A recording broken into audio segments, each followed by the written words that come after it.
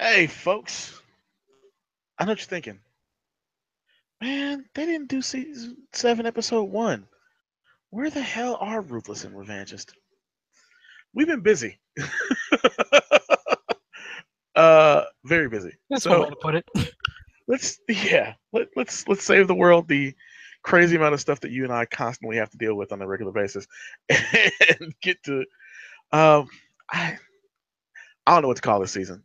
Um, I struggle to start Shark. this analysis. Just call this season Short, the Shark. yeah, they started jumping it though last season, so I don't know. Yeah, I mean they hit the ramp and they got airborne last season, and now this season's the Shark. So all right, so folks, let's get right into it. Episode 1, you open up with a cold open that is pure fan service. Um, and I'm going to be bringing this up over the course of this recap episode a fair bit, and it's the one problem I have with stuff that I really like about the show. Don't get me wrong, Arya murdering every Frey is a great visual, but it's the very clear, like almost too clear, showing that the showrunners, one, don't understand the material well enough to do this on their own, but two, and much more importantly, are so damn tired of writing the show that they're just like, screw it, man. Like whatever. Yeah, we're finishing this. We're doing this. What you want this? Fine, here you can have it. Whatever you want, you can have.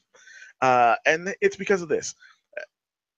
George would never give you that moment. Arya as Walder Frey with his face on, murdering every Frey in the fashion that she did with no consequences.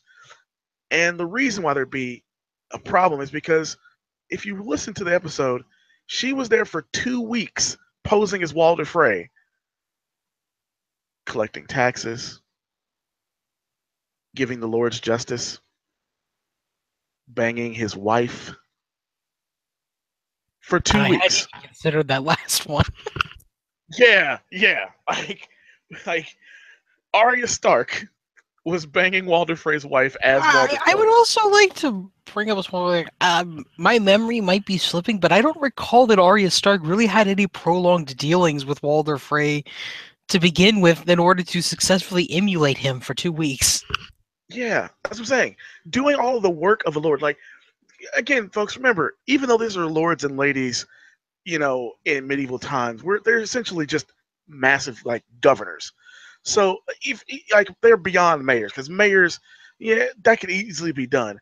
These are governors for these, holdfasts and keeps, which means she had to do like actual work, make decisions between between Frey's bannermen and other Freys. Like two Freys were killed by her and put in the pies, which means did she hold a funeral for them? If so, she had to act like a grieving, father for two dead Freys that she killed. I mean, that's also another good point is they never really bring up why nobody is questioning why those two Freys aren't there. And there's nothing said about like was there a funeral? Did they say they were dead? Like there's just no explanation. They died and then they're mysteriously not at this gathering of all the Freys. Yeah, and that's the part that really gets to me. It's like, okay, fine. If you're gonna do that, then I want Arya to be a complete psychopath at that point. Like, I need her to be just straight up like, I don't care about human life. But no, we of course go into her hanging out with Ed Sheeran, which I actually didn't have a problem with that scene. I thought it was an interesting way of like reminding you that there are just regular ass people involved in this world, and those guys didn't want to go to war. They didn't want to do that stuff. But but then you get her meeting with Hot Pie, and what? Favorite part is how like up until the moment she meets Hot Pie and hears that Jon Snow is the king in the north, she has become like full blown sociopath and is like, oh by the way, Jon's in the north and he's king now, and she's just like suddenly reverts back into normal human child. Yeah, she kind of turned back into little Arya suddenly and without warning, and I don't understand where that comes from, but Because she goes whatever. from just casually like, yeah, I'm gonna kill the queen, and I put these guys in a pie, and I killed Walder Frey, and I'm on my way to kill the queen now, and joking about how she made a pie recently and how she didn't do that. Even we know for a fact that it was people inside that pie. Like she's gone full fucking psycho on these people, feeding them Yeah, fucking Frey pie. What the hell? how? Silence of the Lambs going on over here, and then she hears the name Jon Snow's back in the north, and she just turns into this whimpering girl again and goes well, running up north.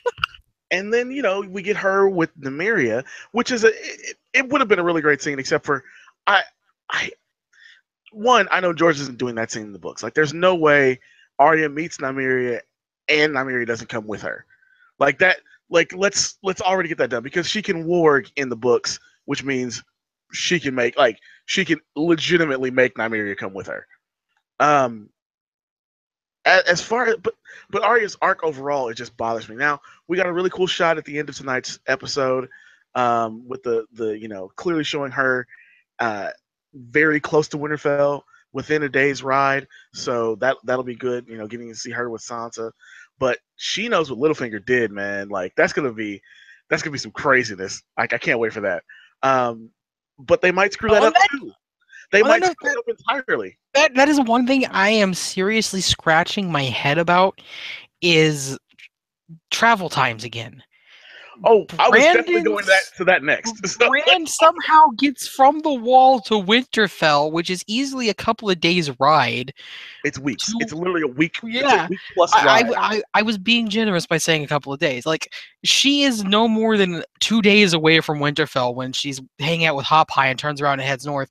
And Brandon was north of the wall. He made it to the wall in the same episode, and he's easily got at the very least a 5-day trek to Winterfell, and somehow he gets there before Arya. I was totally expecting it was going to be Arya, then this is just fucking Well, Bran. but even Arya moves way too fast. If she is so far south, that she was still in fall weather, not the snowstorm that's in the north, and then was able to travel within that next episode into snowy land to meet Nymeria. Because remember, where Hopeye is, there was no snow.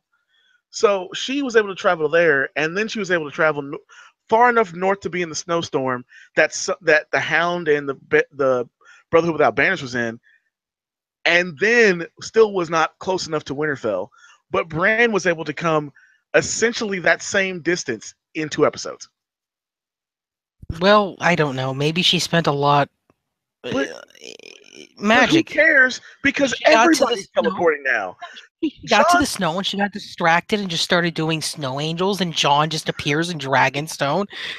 Like, but even okay, that, I mean, Jon Snow he somehow went from Winterfell to White Harbor in so little time that he was all the way to Dragonstone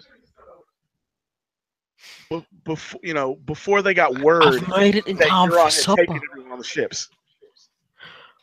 Yeah, he made it in time for supper. Like, but no, what bothers me about that is okay. So he did that all that time, and we know the Dragonstone is literally like right there outside of basically King's Landing. It's not that far away. How Yeah. exactly did his ship manage to get there without Euron killing everybody? Well, that's the thing because he catches the Dornish before they get all the way to Dorne, which also isn't that long of a journey. It's like basically he caught the I Dornish I halfway to the I, Stormlands. no, I can understand how he caught the Dornish because if you look at the map of where Dragonstone is, he had set sail from King's Landing into Blackwater Bay. Well, Dragonstone sits basically outside of Blackwater Bay. Yeah, So but it wouldn't be too hard for them to just like collide. However, right, but they I'm didn't collide confused. close enough to where As I'm news got gonna back say, to Dragonstone. I don't understand how Dragonstone was apparently so far away that they couldn't see the fight and that Daenerys' dragons couldn't happen, but the excuse people are going with is Dragonstone's right there and Blackwater Bay is right there, and they would inevitably meet when they left, when each of the fleets left. Like, so how did they need to have somebody tell them in hushed whispers that, oh, the fleet was lost, when very realistically it should have been within seeing distance? Yeah, my other thing with that, of course, is all right. So John teleported to White Harbor, took the fastest ship in existence to Dragonstone, and meets up with Daenerys. Fine. Please explain the other time situations because somehow in that same And time, our guy Olenna. Gendry is Oh wait. lost in a fucking time warp. Oh yeah. We'll get to Gendry next episode, I think. But Olenna, old lady Olenna, was able to get out of well, first get to Dragonstone after Daenerys lands, have the meeting, leave, get all the way around Dorne and to the Reach, get into like a carriage and go back to Highgarden, presumably from Old Town or from one of the or from one of the other spots in the Reach that actually has a port, because there's not that many cities that do, and then get all the way back to Highgarden to be there with her army ready to fight this episode without Euron ever seeing her, without her ever seeing Euron. What? It's like I was telling my friends, like the problem is I really think they shouldn't have gone on with the show without having the books as a basis, because the pacing and everything, it's just so bad now that they're not going directly off of books. I mean, yeah, they might know what's supposed to happen, but the pacing and the timing and the way things are happening, it's just Yeah. so bad. And I'll get to the bigger critique of D&D in a second, but I want to get your thoughts on a crazy theory. Yes, folks, we have not given up on giving you all the craziest of tinfoil for this show. Now, brace yourself, because I'm full nut bar with this one. Okay, you know how we always have these moments in history where amazing things happen in the history of the of A Song of Ice and Fire. Like all the stuff that they talk about at different points is amazing, and some of the things have a very mystical element to them, magic returning to the world. I think all of those things are Bran, and I think I got confirmation this episode because Bran is sitting there talking to Sansa, and he says, "I like I can't be Lord of anything anymore. I'm the three-eyed raven. I can see everything that was, everything that is, and everything that's going to be. Like he can see all of it. And we know from last season that he's able to influence the past because that's how the Hodor situation happened. He had to create that. We're not going to deal with time paradoxes. Don't worry, folks. I'm not going that crazy. What I'm saying is that Bran, to make this moment where he can finally stop the White Walkers, because they're clearly going for we're going to kill all the White Walkers situation, not a we're going to have the kind of resolution George would actually do situation. So Bran is every hero. Bran is the original Azor Ahai hero. Bran is Brandon the Builder that built Storm's End, that built the Wall, that built Winterfell, that built the castle at Highgarden, that built Old Town. He is literally that Bran. But Bran is also like every mystical hero you've seen. He's because he knows all these stories. Old Nan told him all the stories. And so he took all that knowledge and then went out and became all those heroes by fucking with the past, by making people do certain things, by physically taking over people's bodies, all of that. Bran did that. Bran is the ultimate hero. And the story is actually being written by Sam, who Bran is telling all these things. I think it's incredibly plausible, especially after it came to light that Bran can influence the past, and then you start looking at some of the things like the stories specifically that Old Nan's telling him and things that happened, like the Rat Cook story. And that ends up being exactly how Arya kills Walder Frey. Mm-hmm. And yeah, it's just interesting. Because, like, there's a lot of I'm looking it up now because I couldn't remember the exact thing, but Old Nan, there's the dialogue where in a Game of Thrones where Bran grows frustrated with her and says, "I hate your stupid stories." And she responds, "My stories? No, my little lord, not mine. The stories are before me and after me, before you too." It indicates that Old Nan is basically more than meets the eye. Yeah, exactly. And that's the whole thing. Like Bran is that superhero. So that's my crazy theory for you to chew on, folks. And No, Reva's probably looking at me right now like you're crazy. But hey, Yeah, I'm the telling you. other thing is the Three-Eyed Raven. He And tells yeah, Bran, the past is already written, the ink is dry, which means that in the Game of Thrones universe, time would operate in a closed loop. He cannot change the past through time travel, but all he can do is fulfill it, like what he did with shattering Hodor's mind. That was something that always was supposed to happen.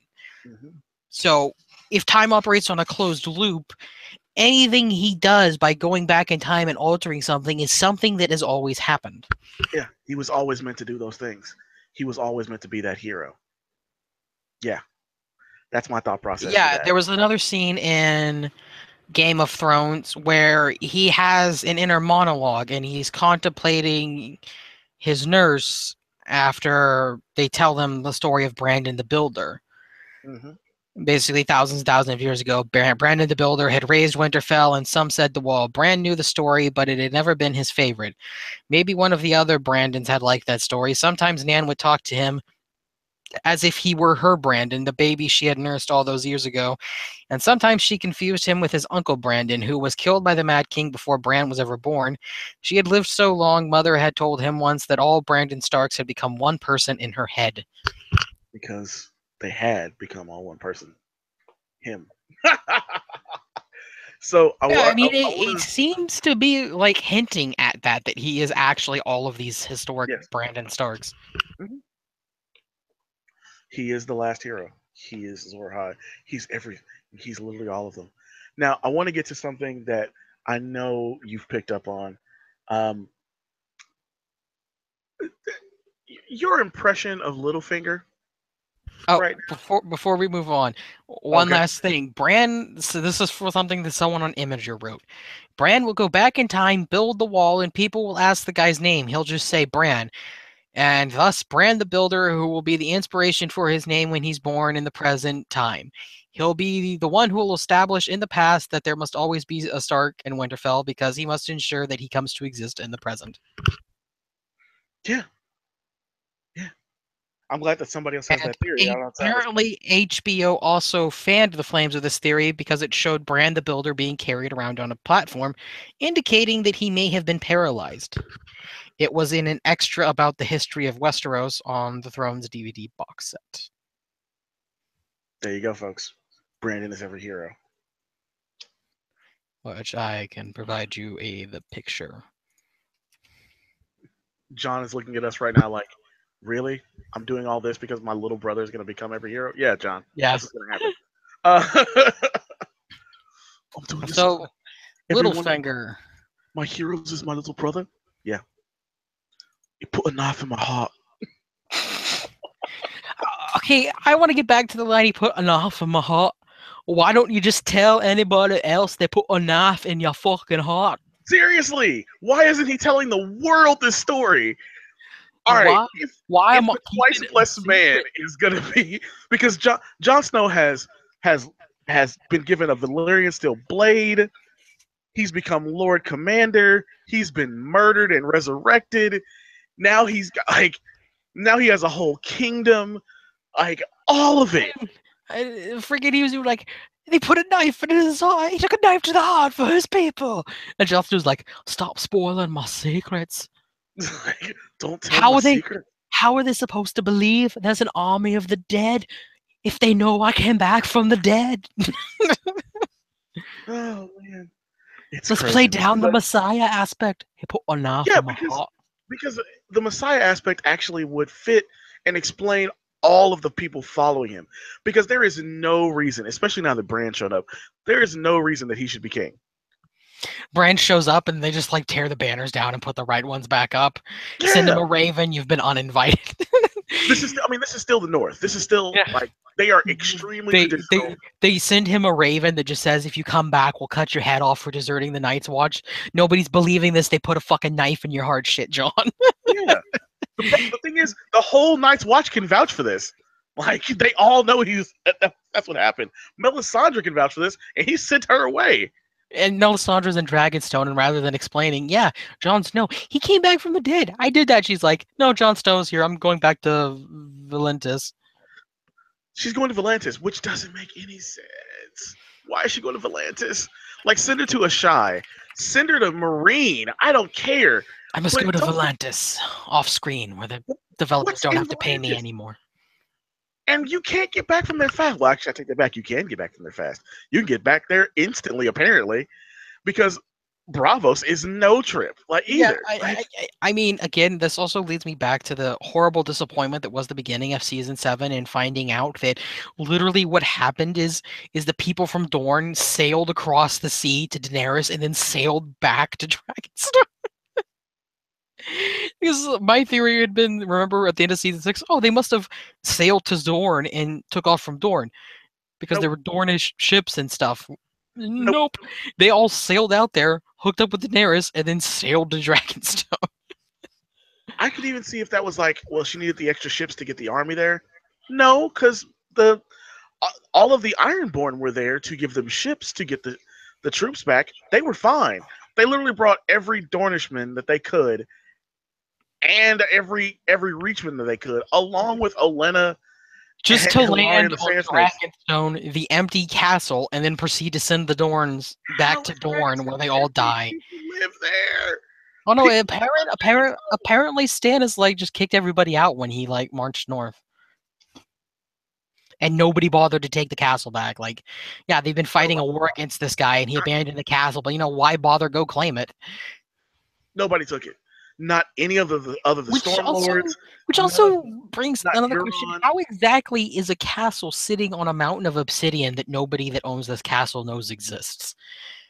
I think it was implied that at one point they did know, and it just didn't get passed along. Well, yes, it was implied that at one point they did know. It was in a book. However, how do you not notice that at some point in time beneath you is obsidian? Yeah, which means it basically means that they ignored everything, and somehow Stannis. Well, no, And because Stannis knew. they Wait, Stannis knew about the dragon glass. He said it.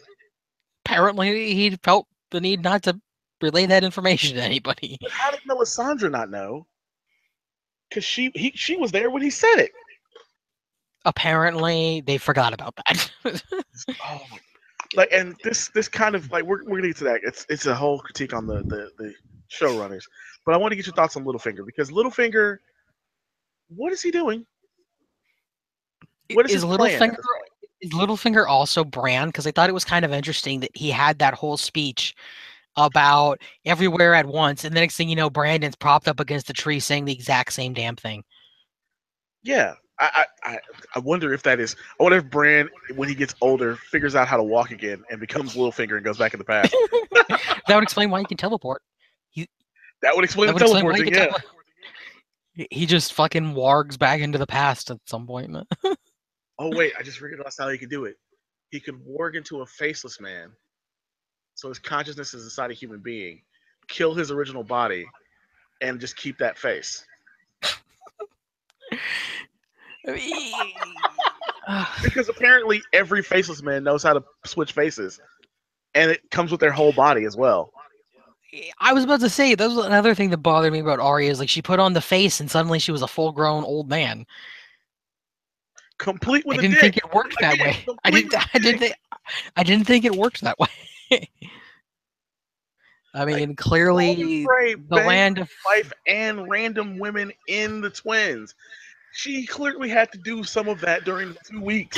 it's like apparently the world in which this takes place is a really gender liberal world when you can just throw on a face and like boom. Penis. Like, Theon needs that treatment. Surprise penis. Oh, now there's the trippy one. You make Theon a faceless man, but he takes his uncle's face, But it's like little or even finger. better, he takes Ramsay's face. I I don't even know like what even is the point of Littlefinger anymore. Like he Exactly. I don't. was when they had the books to go off again, he was a nuanced character and there was this grand egalitarian fucking workers paradise that he had all planned out that he was working to, and now he's just kind of like, I want to fuck He your mom, I sides want with to fuck your Whiplash mom, I now, want to fuck your mom, and now it's like, I want to fuck you, I want to fuck you, I want to fuck you, and then he and tells it doing to John. it and doing the little Like, dog why laugh would from you ever fucking in Duke that situation talk Dastardly, to John? and then he tells John, and John is just like, I'll fucking kill you. there is no good reason for most of what's going on. None whatsoever. And especially with Littlefinger because And then shortly after threatening Littlefinger, John's like, "I'm leaving the North to go seek dragon glass." And Littlefinger's just like, "I'm gonna get me some." well, but okay. Let's really get to the heart of the matter on Littlefinger. It seems like not only did they run out of material for him, they didn't understand who he was to begin with. At this point, he reminds me of like a really well written story, and then like boom, there's the self insert character who just sticks out like a sore thumb. Yeah, but Varys has the same problem right now. Varys doesn't Yeah, make any sense anymore. yeah, like I said, Varys all the turned into Bernie characters that Sanders. had like the nuance Don't get me wrong, going I for like Bernie them. Sanders, but he turned into Bernie Sanders suddenly. Like Varys is a Targaryen supporter. Varys has always been a Targaryen supporter. Like the whole point of Varys is, well, yeah, I sent those assassins, but I knew you'd be fine because, like, all you have to say is, well, yes, I sent the assassins. Yes, I reported on you to Robert Baratheon. I did all those things to make sure no one else was. What do you mean? I mean, you were the last hope of bringing back the kingdom I want. You aren't your father. You aren't your brother. So I did these things to make sure you were kept safe so that when the time came, you could come back. Why do you think Jorah knew about the poisoning attempt? Why do you think Sir Barristan Selmy happened to go directly to where you were? Varys Why is do you think basically all the these things Bernie kept Sanders happening? of Westeros. Instead, he came back with, I believe in the people. I believe that the people should be protected. I'm here for them. I'm not here for any of you. I serve the realm. We're, oh, okay, sure, Bernie. Yeah, okay, whatever. You see, like I said, it's a problem. The Littlefinger characters like Littlefinger and Varys needed the nuance that the novels are able to provide. That as someone just working and adapting material into a script and just working off of cliff notes, you can't really get into that.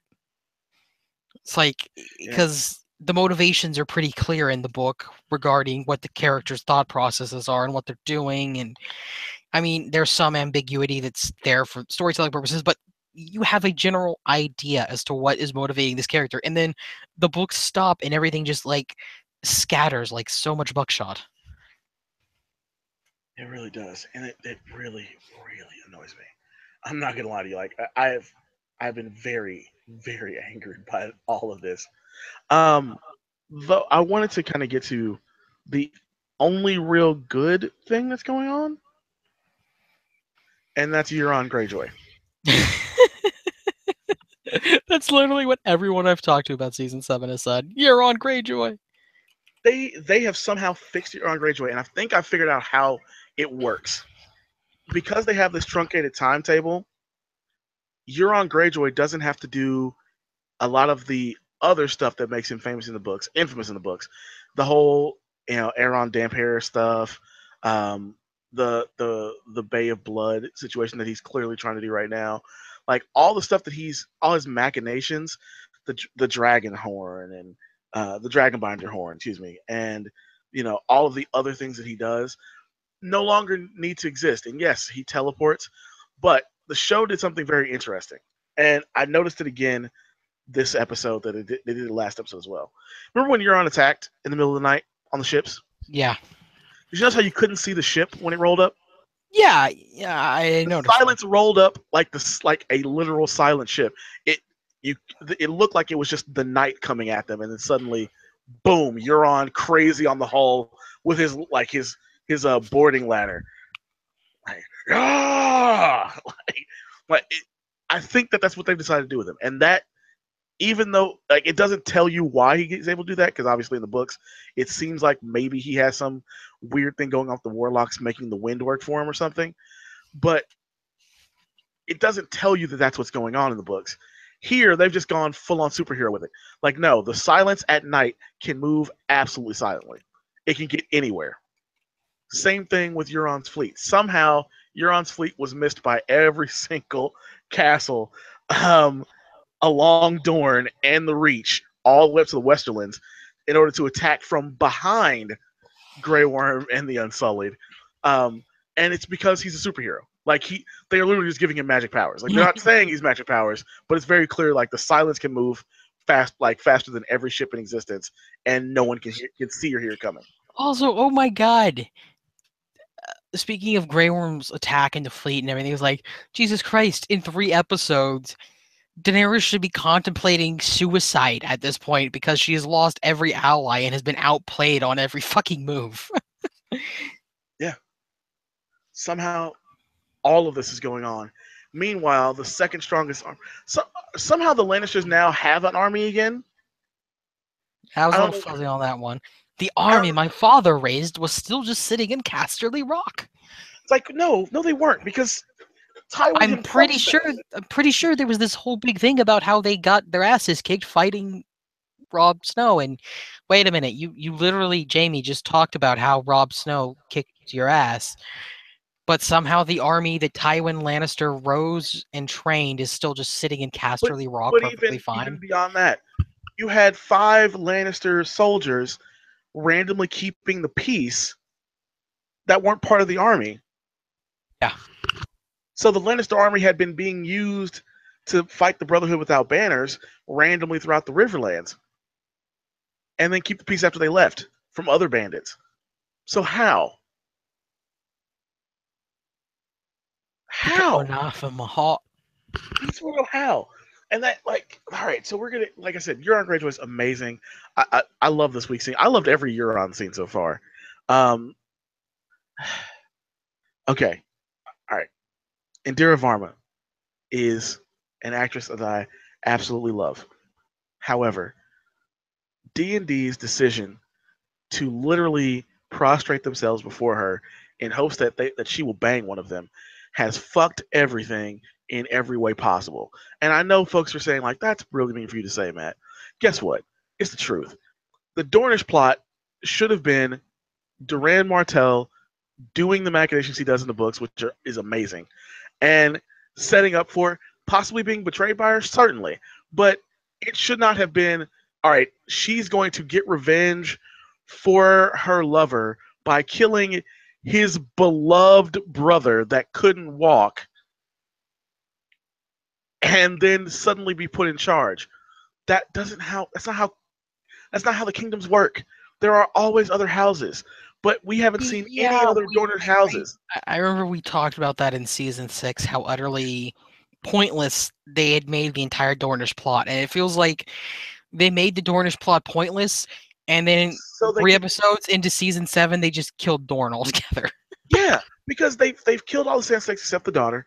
Then they take the daughter and mom, who, by the way, not all the Sand Snakes were her kids, by the way. But they take the daughter and the mom, and then they take him in to give him to Cersei, and Cersei decides to poison her. Nice. I like that. I thought there were better options, but I like that. That's fine. But what was the point of those characters? Because they haven't done anything useful ever at this point. I said it's like a blatantly aborted plot line. Yeah. But you haven't even done anything fun with the actress that you wanted on the show. So I just wanted to get to that quick aside before we get into our bulk piece here. Now these 3 episodes have gone very fast. You'll notice, folks, that we haven't talked about. 1 second. Here is a great headline that sums it up Okay. perfectly. Game of Thrones' Dorne storyline is dying how it lived, unremarkably. Yeah. Yeah. Exactly. So I Here is want. the best tweet. MVP of the week was definitely Euron for saving us from ever having to tolerate the sand snakes again. Yeah. Euron is my hero for killing 66% of the fucking sand snakes. I hate what the show has done with Ilaria and the sand snakes so much that I was slightly team Euron this week. Slightly. I was full. I was full on Euron Greyjoy like the last 2 weeks. Like I was just watching. I was like, "Yeah, kill them bitches." I'm watching it doing wrestling chants. Thank you, Euron.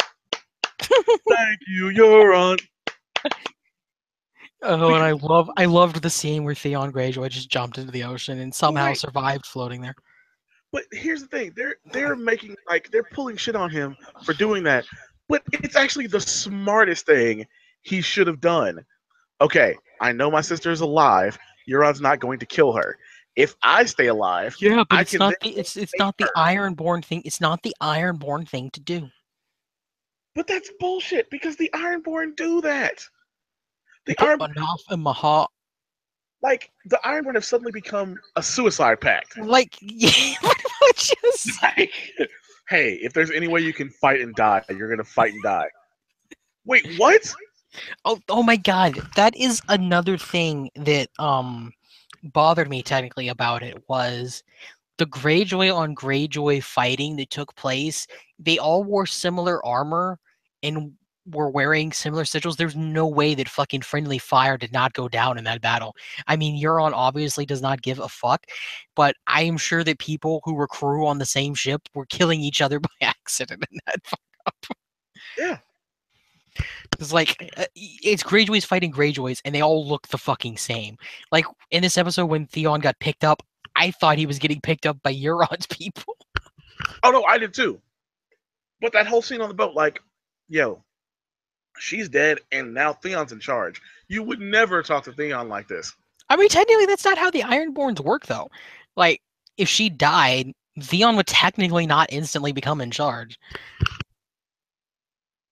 He would. He's like for their faction, like obviously not for the main, Iron Well, Islanders. I But for, mean, not again, not necessarily just because the mentality of the Ironborn, they would not see him as worthy of taking command. well, in the way he gets on the boat, of course not. But It's like, generally I speaking, mean, regardless of the fact that he's technically the only Greyjoy left in their faction that's alive for all they know, that actually means next to dick to the Ironborn. hmm, I think you. I think you're. For Because he me, didn't pay the iron price for it. I'm not saying like he's in charge, like he rules over them, but he's the one who's going to say, "Hey, look, we gotta sail back to Daenerys. This is the plan. We sail back I to don't think Daenerys. he's gonna say anything though. That's the problem. He's got to, man. There has to He's be a. There not. has to be a. He's The not. He's payoff just for gonna this. sit there shaking and stuttering, and they're gonna throw him in the ocean and send him to That's just Jon it. Snow. We're talking about the TV show. In the books, yeah, I agree with you. Like they would probably kill him in the books in this I situation. mean, to be But honest, what I'm anticipating is that they're gonna like instantly teleport to the north and they're gonna drop him off there. nah, they're gonna go back to Dragonstone because they get paid by Daenerys. All their food is with Daenerys. You know what I mean? Like she's the money I bag. She's the money that mark. it doesn't matter in this show. Yes, it does. I'm telling you. Like that's the No, that's the like that strategy quite you did. clearly has not mattered in a while. It hasn't in a while, but it definitely is going to come roaring back. We're clearly at this point now. But It's no, what like, I'm saying is I like mean, it's just as Theon viable for them Theon just to is teleport to the north and ditch Theon. to go where? Like are they going they're It, not it gonna run doesn't. from Euron. I mean, it doesn't matter where they go; they can teleport. Yeah, everybody can teleport at this point. It's like they could just Everybody. pop up to the north, drop Theon off, and he can go have his reunion with Sansa, who will probably end up being the one who saves her from Littlefinger. Arya will go crazy and probably kill everybody she knows and loves, and Oh, you think Theon's arc is gonna end with him killing Littlefinger? See, I think I think Theon's it's arc is gonna gonna. I end up think with him. Theon's arc is going to end where it began in Winterfell.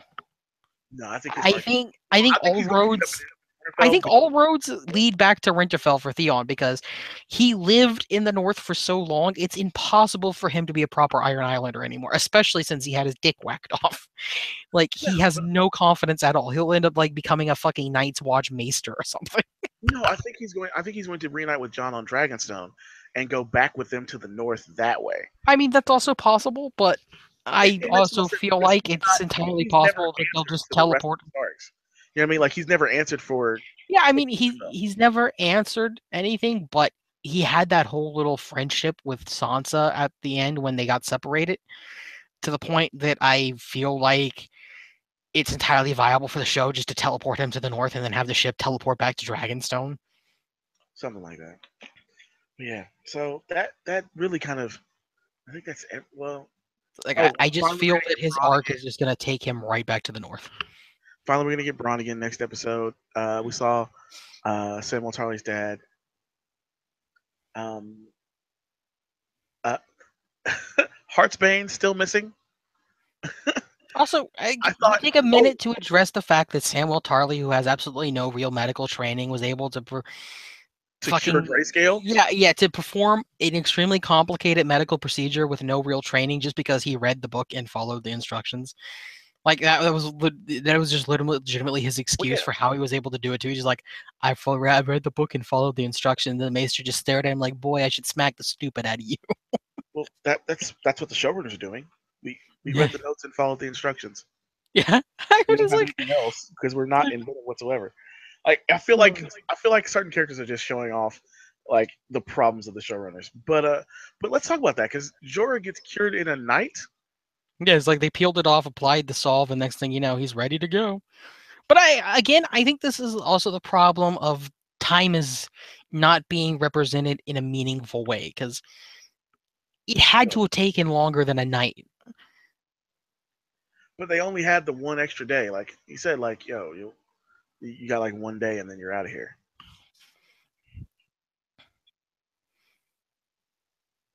So it had to have been. Wow, then that's the world's most remarkable recovery because that crap looked painful. He was completely cured the next day. Like that's And I mean, here's the problem: when it's happening, we shift over to I believe it's Hot Pie, where it's Arya in the autumn, and then she goes up into the snowstorm, and then by the time we get back around to Jorah, he's cured. mm-hmm. Maybe Yeah. they saw his symptoms were regressing and gave Jorah more time. I don't know. On the other hand, they would obviously notice this fucking solve sitting on his chest. So yeah, it had to have been one night. Wow. Yeah. Okay, so wow. Yeah. And then the guy's like, you could have potentially brought down the whole citadel. How? It spreads by fucking contact touching. Like, if he screwed up, just lock himself in a room. Oh, well, when he was doing the surgery, remember he wipes his mouth with his hand, his Okay. gloved hand. Da da da da. Grayscale bomb. Anyway, let's get to the last bit here that I wanted to talk about. This uh, annoying bit. All right. These are all symptoms of a bigger problem. I like how Davos in this picture is just like in the background, like, what the fuck has my life become? What it took 2 episodes for Davos to talk. It took two I whole just love episodes for these. him to talk. I just love the expression. It's like, what has my life become? I just got to talk about this now. I love that introduction, that scene between Daenerys and This is Jon Snow. Jon Snow, where he's like, "This is Daenerys Stormborn, first of her name." Blah blah blah blah blah blah blah blah. And he's just like, "This is Jon Snow. He's king in the North." That's it. Hey, that's all you had to say, Playboy. I got you. Oh man, but that's I mean it's the thing. They're wasting these really great uh, characters. I'm just waiting for Jon Snow to get killed again and be like, "She put a knife in my heart." Because Daenerys definitely has to. Also, I'm kind of wondering if they're like trying to revive the creepy romance between Arya and Jon Snow. Just the way Arya like turned around and like went to fucking Winterfell when she heard Jon Snow it took in Winterfell. Oh no! It's like she just reversed that horse real fast. Like, we're going back to Winterfell. Like what? Oh yeah, we're definitely going back.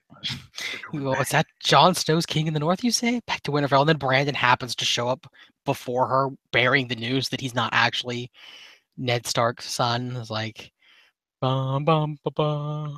Yeah, I can't wait for that moment. Like the moment where they realize like John's not really their brother. Watch Brandon die before he can fucking tell Jon. Oh, don't do this crap. A rock just falls out of the tower. Blah! Littlefinger kills him or something. There's gonna some fucked up shit's just gonna happen. He's gonna die. Oh, speaking of, did you see the letter that got leaked recently? Or not recently? I think it might have been sometime last year, actually. From 1993, George R.R. Martin's original pitch letter for A Game of Thrones, basically, Oh yeah. Oh yeah, I've seen that. where he talks about the 5 characters that are going to survive. Yeah, and he was gonna have. He was gonna. It's And weird. he was going to have Arya and Jon Snow want to do the Yeah. deed.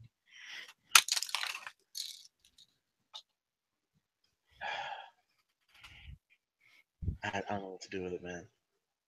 I don't know what to do with it. I'm pretty sure on that list, Brandon wasn't on that list. Well, yeah, but I think now it is. He is. Brandon's got to live. He's got to go and become the three-eyed raven again. Um, proper three-eyed raven and all that. Let's see, who were they? But Tyrion, Daenerys, Arya, Bran, and Jon Snow. Yep, they were. Bran was there. yeah, see, I wonder if Sansa's gonna live. Like, I feel like for the books, this is probably still true, but for the show, I feel like they're gonna have Sansa live. I don't know, man. I don't know.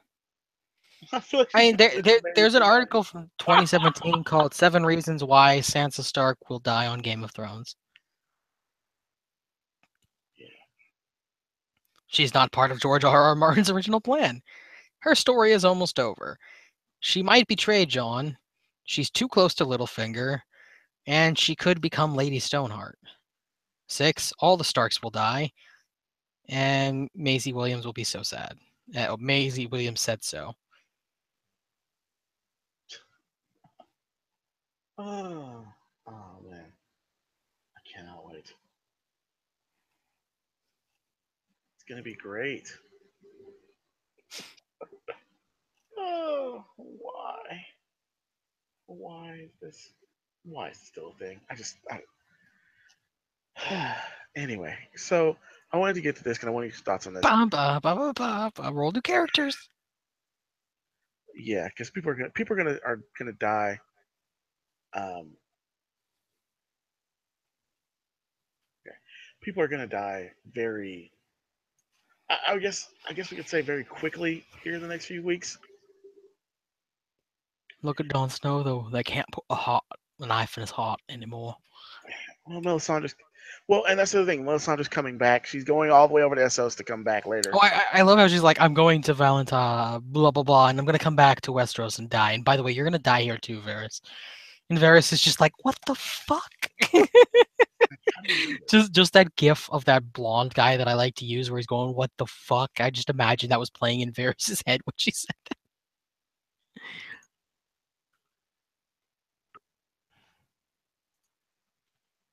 So I'm sorry for interrupting you with the Oh no, you're good. So, all right, we've got these deaths going very fast. We've got these armies moving at insane speeds. Um, I'm not even going to touch the whole Casterly Rock, High Garden, double bluff, back plays, triple agent they're Olenna fucking murder. playing they're playing four-dimensional chess, man. They're playing like fifth dimensional Four-dimensional, chess. yeah, the fifth-dimensional mind chess is what's happening here. Also, I would Yeah, like to know, like, how how is Cersei knowing all of their army's movements? Like, is exactly? there a spy? And that all leads to one thing, one very important thing. These showrunners are bored of making this show. At one point, I thought, okay, well, they're just bad at doing this. Well, I But mean, this is they've not got the their more just new bad. legalized slavery show they've got to make. Yeah, Lord. But I went and I read David Weiss's book. Don't, folks. This is not a recommendation. Don't. I'm telling you not to read this book. It reminds me of yeah, we always talk about rule of cool, and some stuff gets hand waved for that. This doesn't do rule of cool hand waving, but it just does general hand waving to keep the plot moving. I assume that Benioff's book is the same way, um, because they've talked about both books in the same fashion. I realize they never had control of this. They have never had the real ability to do the show. What they are is competent enough to follow the instructions in the book. Get it? And give you what that is. But they were never really able to handle what Game of Thrones is. And that's why we're getting 8 seasons and not 10. Because everything that's happened in these 3 episodes should have been an entire season. The fighting in the north about Jon going south to go get the dragon glass and meeting Daenerys should have been a season-long arc for the north. It should have been all the stuff that's happened up there should have happened. There should have been a battle in there, of course, But all the stuff that has happened should have been part of a season, a full season. John meeting Daenerys should have been like the last 2 episodes of a season. The battles with the Tyrells and the Reach of Euron going in like crashing into these Dornish ships and tearing the shit out of them should have been part of a whole season. I actually, now that you This mention it, week's that is destruction of like, Casterly Rock should have been part like that should have been like season 7, episode 7 or 8. You know what I mean? The taking of Casterly yeah. Rock. Actually, bringing this up does bring another problem that I have with the entire attack on Highgarden. Like, how did he march his entire army to Highgarden without anybody Without, contesting them along the way?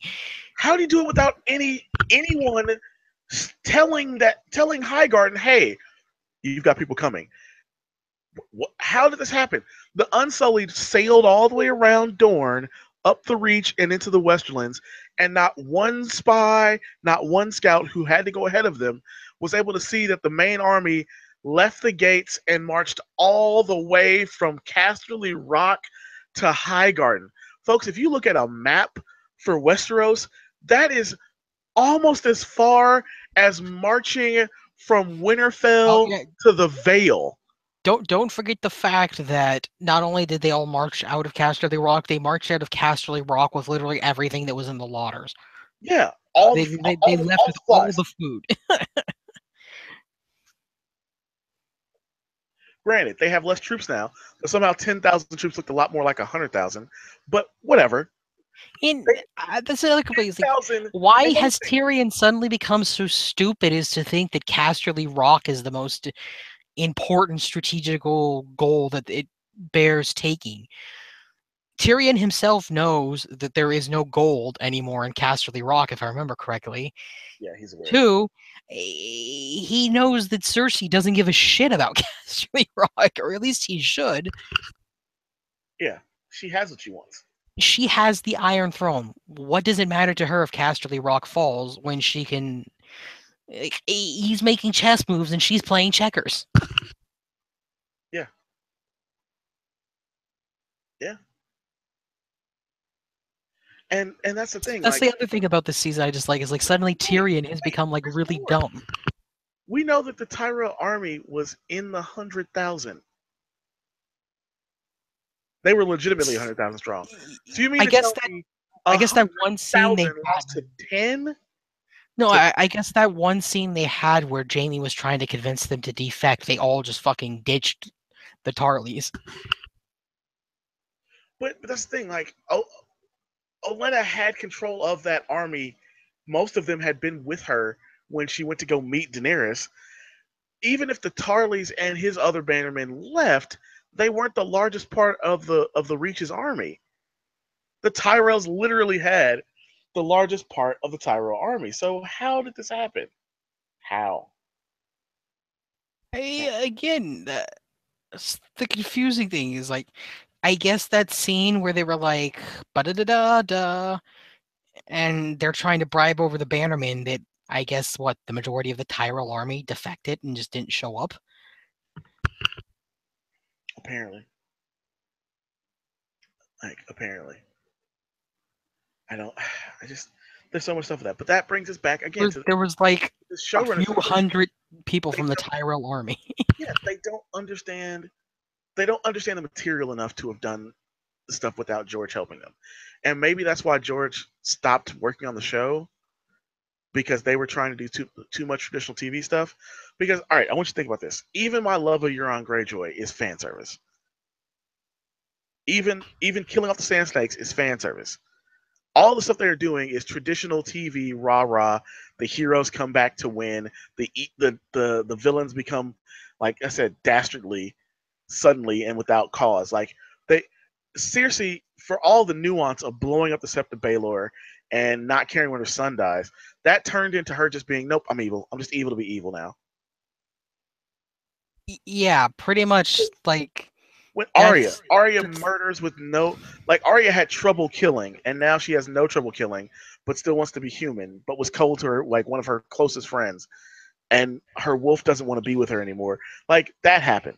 Olenna Olenna died in the most elegant way possible with that poisoning, But that also happened because they somehow decided, well, we want to do this nice. We want to make this go out the way we want it to go out. We think that she deserves the best possible ending. It's like that's not what George was doing. None of the people that died in the first few seasons got the dignity of death. There was no dignity in death. People were murdered mercilessly. Like, did you forget how we killed over in Martell? Did you forget how we killed Ned Stark? Like the old lady who says, "I killed your son. It was me. It was me, Austin. It was me all along." The woman who does that doesn't get to go out with the poison. In that moment, you take out your sword and cut her fucking head off. Yeah, but I mean, it's become the problem of it's sort of like I was talking about. Now that they no longer have the novels to guide them and work off of, it's fallen into the realm of you have plot points and you got TV script writers giving you TV script stories. Sam has a Valyrian steel sword and didn't give it to Jorah. He knows where Jorah's going. TV script writers writing TV scripts. He somehow forgot that George Mormont told him he should go and take over for him at the Night's Watch. He, Because that definitely he happened. he somehow completely forgot to tell Jorah that because Jorah's just like, I'm gonna go find Daenerys, and That's what I'm saying. He didn't tell Jorah that somehow, at all. yeah, he hasn't told Jorah to go take over the Night's Watch, and furthermore, he has somehow completely. I guess the Citadel somehow is the only place in Westeros that hasn't gotten news that Daenerys landed at Dragonstone. Yeah, the Citadel has no idea that there are dragons on Dragonstone. That Cersei murdered the High Sept, the murder of the High Septon, and destroyed the Sept of Baelor. Like that's a big deal, folks. For For the those of you people that that are don't really supposed know to and know, understand this stuff, this is like somebody going in. I take it back. This is not like somebody. This is like Donald Trump's wife getting him killed, finding out that she's been banging the son from his previous marriage, and then decide to have kids, and then deciding that she is now president and she's going to blow up Vatican City. Like that's what just happened. And no one cares. No one cares. The whole world knows and no one cares. it's kind of funny because I feel like the Citadel, the people that are supposed to be dealing in all of this information, seem to be the ones that are the most clueless about literally fucking everything happening in the world. The first thing that happened when Sam got there was like, we have no news that the Night Watch Captain Lord guy died and someone else took over. Everybody else seems to fucking know it. The entire world knows it. Hell, most people, other than Daenerys and her group, somehow having all the information they have, don't have information that Jon Snow was murdered by the Night's Watch and resurrected by the fucking Another Red Witch thing, that's in front of him. where's his little fucking spiders? Why don't they know that? Yeah, how does his little birds not know this? Everything happening everywhere, but somehow they missed the point where, Jon Snow got nuffed in Mahal. Yeah, yeah. I don't understand so much of the story right now. I'm so effing lost. I really am. I don't understand how they pull any of this off. It doesn't make any sense. And whatever. I just I noticed that these showrunners don't know what they're doing, and I mean that in the kindest way possible because they're very competent with straightforward stuff. Like, okay, we need a reason for these armies to clash, so we're gonna do this. We need a reason to keep Daenerys from taking her dragons and going to burn all of Euron's fleet. And that was actually probably the smartest thing that was said. No, you are way too important to hop on your dragons and go murder Euron. Let's take the ships we have and find Euron and do that. But also, could somebody with uh could somebody with Grey Run police into Raven back to Dragonstone? Please? Please possibly? Just a little bit. I just want that. That's all. It's like, yeah, Daenerys has landed in Dragonstone. The Citadel doesn't know. Fucking Samuel's like, I haven't the slightest fucking clue where she is, mate. Let me pull this dragon scale off you. Well, by the way, I'm not going to give you that message from your dad about taking control of the Night's Watch, and I have this Valyrian steel sword that could really help you, but I'm going to keep it in my closet with my wife, who I'm not supposed to have. and my not baby that's named after me. And the Iron Bank is treating with Cersei for some reason. I don't know. Like there's just they don't understand nuance enough to do this story, which just tells me that in the future I'm definitely like going to try and push for redoing this entire thing, but animated. I just want voiceover actors because animated this would be amazing. I just would like to stop and take a moment to mourn the loss of our beloved storylines and coherent plots. Oh man, we're gonna lose Rip them in all. pieces. Also, So what was with that scene with I understand they're trying to give this whole Sansa, she's taking control, she's awesome, but really nobody in this fucking castle knows how to do anything? Shouldn't there I be think leather on that armor for the cold winter? Well, yes, there should be. I'm not sure why they're not doing it. Suddenly everybody's incompetent.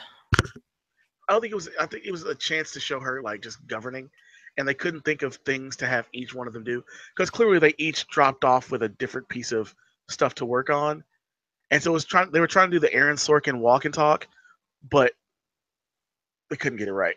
Like It was just awkward at first. Also, I love the entire thing where John's like, I'm going to go seek allies. He's just like, you're abandoning your people. Your people need you. I'm leaving you in charge. Let me shut up then.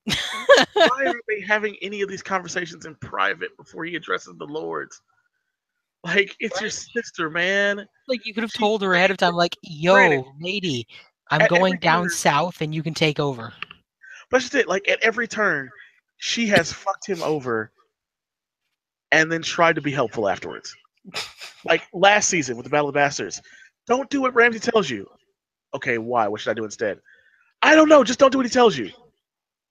That would have been a great time to be saying, like, listen, you need to wait because I called Littlefinger because we're just going to call it calls now because I don't know how she got a hold of Littlefinger to get that done right and to get the timing just like that without anyone Oh, finding out. that was something someone else brought up But about this season is I guess the Ravens have like upgraded to fucking broadband Ethernet cell towers, yeah, these are cell towers now. These aren't Ravens. because like Everybody's got 4G LTE coverage in Westeros. the What are you message talking gets about? the message gets to the north for Jon Snow like instantly after she sends the Raven. But that's what I'm saying. Like with all of this stuff, like Sansa screwed him over there. She could have said, "Well, I've got possible allies coming, but I'm not certain. So we still need to go out and get into the field and be ready to fight. But don't let Ramsay bait you, no matter what he does, because we can wait for our allies to get here, and they can help us turn the tide of battle way before things start. Like that happened this season. You should I'm king now. Well, why don't you kill those two kids over there that we told to come here and haven't given guest right to yet, or maybe have given guest right to, and then give those castles to somebody else? No, no, I'm not going to do that. Also, why didn't you tell me this in all of the days that they were on the way here? Like, why didn't you tell me that literally any time before right now? Well, I just thought that it's something that we should show strength with. What it And then is to me is every episode, Sansa he is does something mad. like, I want to I be. I think what it is they're trying to portray that Sansa's mad that at the end they all proclaimed Jon Snow the King of the North, even though she was the only true-born Stark there. So she's just trying to undermine him at every turn. But she doesn't want. She didn't want to be queen. Like she did. She isn't. She's doing the job now, but she clearly didn't want to do that because she didn't think she has the ability to, which is fine. That's a personal choice that she's making. But then don't have her character be so inconsistent. It's like you're constantly Maybe undermining it's just John a in front case of the of lords instead of having these conversations. You say that everything's all forgiven and that you guys are brother and sister again, but he was never a dick to you. Why are you being a dick to him? I mean, maybe it's just a case of she didn't know she wanted it until she couldn't have it, and when they all got up there chanting "King in the North" at Jon Snow, she was like, "Wait, this should be mine." But it's still hers. It's her fucking brother. Like, counsel him properly. Clearly, he can't do everything.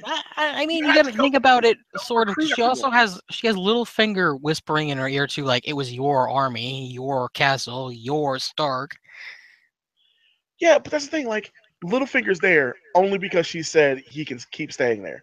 She could have sent him away along with the Veil Army a long time ago. And then Littlefinger's like, it's gonna be my penis in you. Yeah, and then he's And then telling him John's like, no, choke you.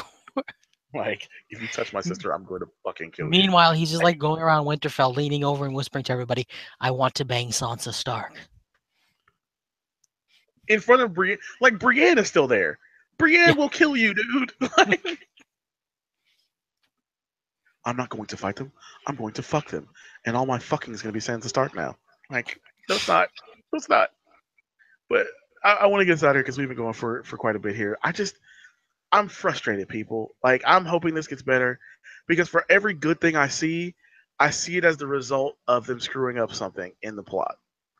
Like, this is it has looked absolutely gorgeous. The battles have looked very nice. That night battle at sea was probably one of the most amazing scenes I've seen in the last 3 seasons, excluding the Battle of the Bastards, because that shit was just fucking amazing. But like all these things that I've seen, I think you gotta go back to Hardhome before I was impressed like that. And I all of mean, the at this point, Medici Masters of Florence on Netflix has a better story than what they're producing. I I really hope that this gets turned around in some way to become less fan service ending and more doing the stuff that George is doing. I'm hoping that a lot of these deaths of characters are being done for that purpose. Olenna's dead, Sand Snakes are dead, Look, Arya's I guess the problem dead. is the pacing of the show seems to have changed from a marathon where there were clear arcs and a slow, steady progression to it's become a goddamn sprint to the end now. It's not a sprint; it's a teleportation device. They Yeah, they yes, but hop on a telepad. That's what this is. god damn it. Because and also I want to call my shot on this. Um, you're gonna get Gregor versus Sandor, but Gregor is gonna have become a white because he's already undead. Yeah. So I'm looking for all that stuff. We're gonna be back. I'll be in Texas for the next episode. So we probably won't be able to do it like this. We'll probably do it like the Tuesday or Wednesday. Well, not the Tuesday or Wednesday because I'll still be in Texas. We'll do it. We'll do it like Thursday that next week. And we'll definitely cover it as well. Revanches, man. Glad to have you back on, man. Glad we could talk about this again. Indeed. We're I'm not going to so tell you people what sad. time we're recording this, but let's just say it was a nice night. I'm still just so sad that like Tyrion has become kind of like an idiot. He really has. He really We're has. gonna we're going to make these completely predictable moves.